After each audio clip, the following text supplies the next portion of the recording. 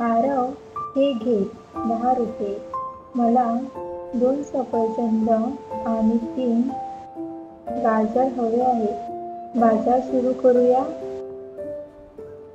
हो हो, माझं दुकान तयार आहे. 2 सफरचंद, 1, 2 आणि 3 गाजर. 1, 2, 3. किती झाले एकूण? 1 सफरचंद 2 रुपये आणि 1 गाजर 1 रुपया, म्हणजे 7 रुपये. हे घे 10 रुपये.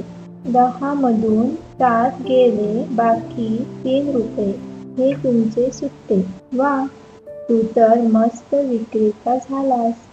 गणित पण सोपं झालं. हो आहे, मला अजून खरेदी करायची आहे.